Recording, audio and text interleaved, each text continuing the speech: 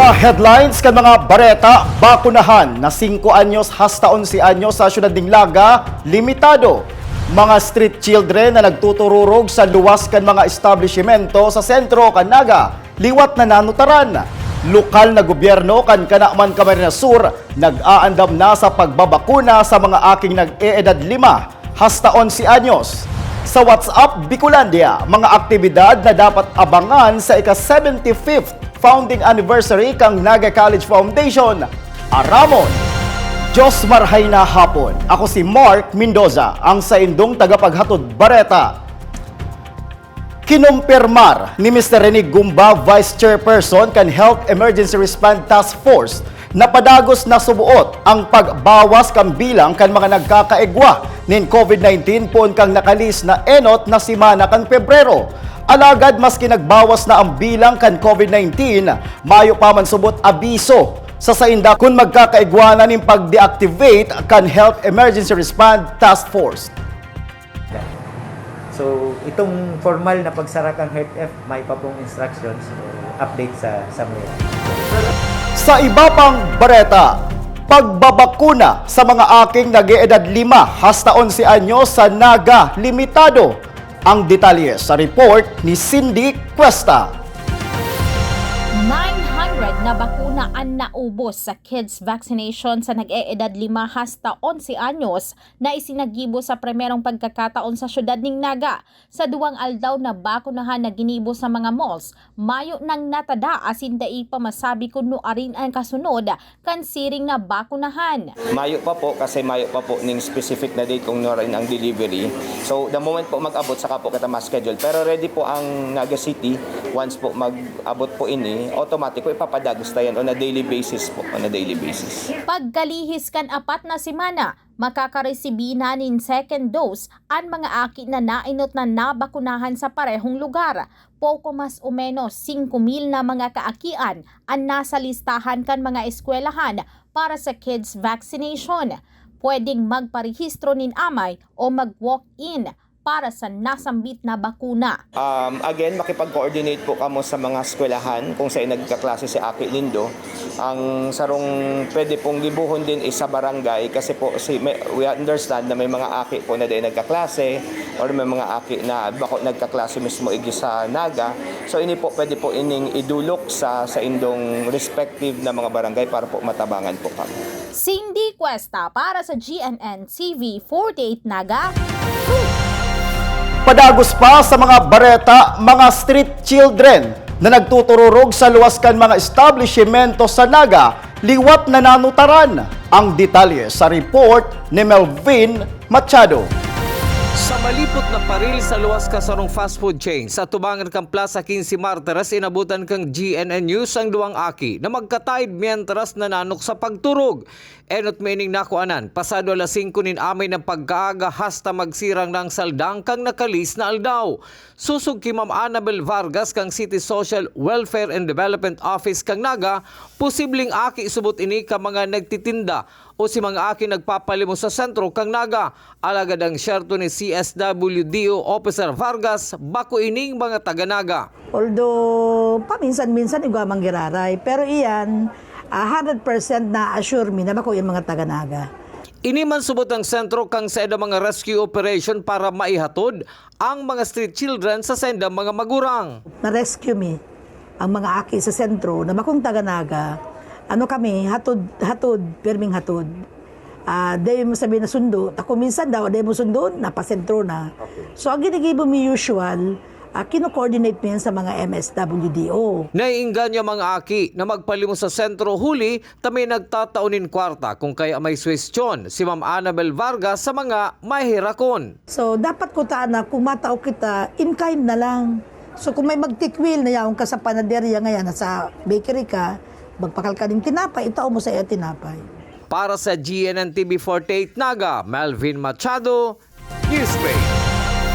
Mientras tanto, siniguro man ni Ms. Annabel Vargas, Pamayokan City Social Welfare and Development Office, kang Naga, na mabagusindaning estratehiya para ma-rescue ang mga street children na yaon na naman sa man iba-ibang parte kan syudad. Ang strategy mo naman mo yan, taday nga makuha ning may liwanag na. So siguro mapuon kami pag-rescue mga 5 o'clock ning aga para maaraman mi sa bilog na sentro kung saan pa si mga aki naguturo. Pero sa ngunyan talaga, bihira naman. Sa pagbabalik kang news break, lokal na gobyerno kan Kanaman Camarines Sur naghahanda na sa pagbabakuna sa mga aking 5 hasta 11 anyos. Yan asin iba pang mga bareta sa pagbuelta kan GNN TV 48 Naga News Break.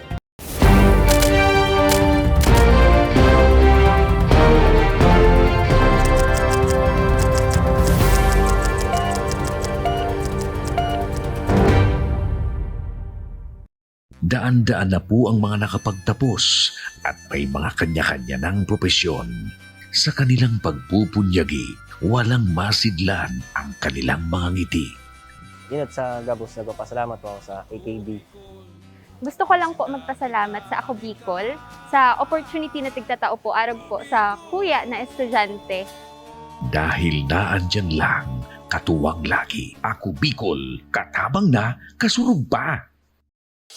Naghahanap ka ba ng one-day printing? Look for AET Ads. We offer tarpaulin printing, billboards, panoflex, laser cutting, and stainless for quality signages and many more. Your signage is the face of your business. Kaya ano pang hinihintay mo? I-level up mo na ang signages at billboard mo. Matatagpuan sa Pabidon 4, Door 5, Panganiban Drive, Naga City, in front of Boy Scout and Girl Scout of the Philippines. Sa Central Branch, located at Barangay Dinaga, Naga City, sa Albay, Barangay Sagbon, Daraga Albay. For inquiries, you may call or text at 205-5322 or 0998-952-7485 and look for Mr. Willis Soliman. AET Ads ka na, your one-day quality printing. Mas pinalinaw, mas pinalakas, mas pinalawak. Ang GNN TV 48 Naga, digital na! Kung ang inyong TV sets ay digital ready na, pindutin ang scan o search channel button at makikita ang GNN TV Channel 48. Maaaring gumamit ng indoor o outdoor antenna para sa mas klarong panonood. Ganito rin ang gagawin kung kayo ay gumagamit ng digital box. Sa mga susunod na araw, asahan ang mga programang malapit sa puso ng mga Bicolano.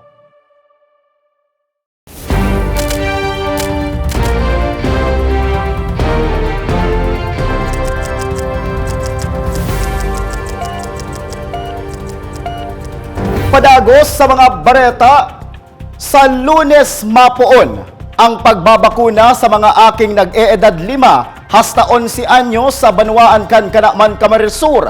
Alagad, may magigibuhon subuot na paagi para dai matakot ang mga kaakyan. Uyang sa kuyang report. Pinag-uurulayan na kan lokal na gobyerno kan Kanaman Camarines Sur asin kang RHU an manungod sa pediatric vaccination o ang pagbabakuna sa nag-eedad 5 anyos hasta 11 anyos sa indang lugar. Ang aram ko igwanin pagbubukas pa sana siguro sa Lunes. Yan manungod kayo sa mga aki na yan na mga Inayman madonar suot sa Lunes, ngunya na presenteng bulan. Sigun sa alkalde, na kinakaipuan nindaan mga estratehiya, ngani na day matakot ang mga kaakian ng babakunahan. Pinag-uulayan mi ngani ka na sa tuyang igdi sa RHU, kay ba si admin, na ano ang mga estilo na, pero wiwilihon ta ko na sa tuyang mga aki, not directly na pag-abot yan tulos, turo ka na sila, tababako na, tataan ta sinin. Pero papaugmaon ta sinda, lilingawon tango na sinda ang pagiging katataktak kang bakuna bago kita mag-implement ka na pagbabakuna sa mga kakian. Sigun pa sa alkalde, na kinakaipuan pa kan mga magurang na talagang kumbinsiron an sa indang mga kaakian, manungod man sa pagbabakuna, asin ipaliwanag ang importansya kan bakunado na. Mark Mendoza para sa GNN TV 48 Naga Newsbreak. Sa iba pang bareta, Bureau of Fisheries and Aquatic Resources pinagpusog ang programa para sa mga parasira. Ang bilog na detalye sa report ni Cindy Cuesta. Padagos, ang Bureau of Fisheries and and Aquatic Resources o BFAR Bicol sa pagtulod asin pagpapusog kan mga programa para sa industriya nin pagsira. Resulta, ang 210,000 hasta 233,000 metric tons kada taon ang napoprodusir kan Bicol Region kung sain dakulang porsyento kaini ang pigdadara sa canning facility sa National Capital Region. Mainly po, padagos po itong sa tuyang programa for distribution of municipal na motorized bangka. No, we have a target of at least 100 units duman sa FB pagbabago. Yan po itong pag-distribute kang fishing boat. Siring man po dakol na fishing gears ang i-distribute. Pinangangatamanan man ang produksyon kan oyster, sea urchins asin seaweeds, tahong culture, siring man aquaculture, ang bangos, tilapia, sugpo, asin kasag, ang Camarines Norte, Sorsogon, asin Masbate, ang mga probinsya ang may halangkaw na kontribusyon sa supply kan sira sa rehiyon. Cindy Cuesta para sa GNN TV 48 Naga, Newsbreak.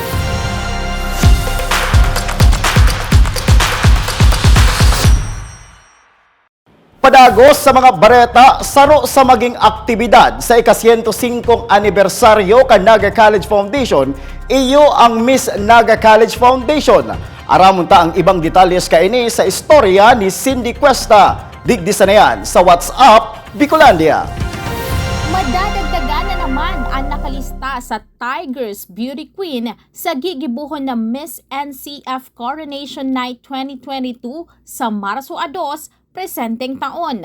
Ang 19 mga magagayon asin talentadong mga kababaihan gikan sa man iba-ibang college departments kan eskwelahan.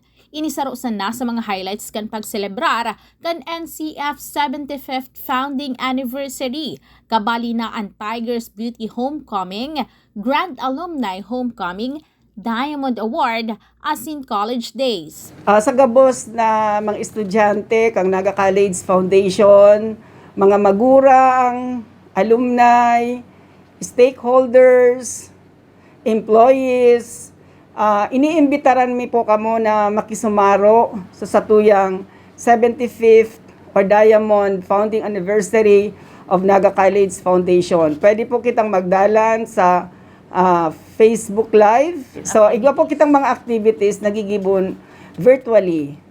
Kaya, maski po di kamo magdigdi sa Naga College, mahihiling po nindo maantabayanan nindo ang mga activities na gigibuhon mi para sa 75th Foundation Anniversary of Naga College Foundation. Sa Marso 4 man mangyayari ang Grand Holy Mass durante kang 75 Mass Countdown kung sain si Archbishop Rolando Tia Terona ang mangingenot sa selebrasyon kan misa. Magiging presente man digdi ang gabos na padi na naging parte kan Mass Countdown. Cindy Cuesta para sa GNN TV 48 Naga, Newsbreak. Asin yan ang katiripunan kan mga bareta ngunya na aldaw. Day malingaw na bisitahon ang samoyang official Facebook fanpage asin ilike ang GNN TV 48 Naga para pirmi kitang updated sa mga bareta asin istoryang bida ang Bicolano. Liwat ako po si Mark Mendoza. Digdisa na yan sa GNN TV 48 Naga, Newsbreak.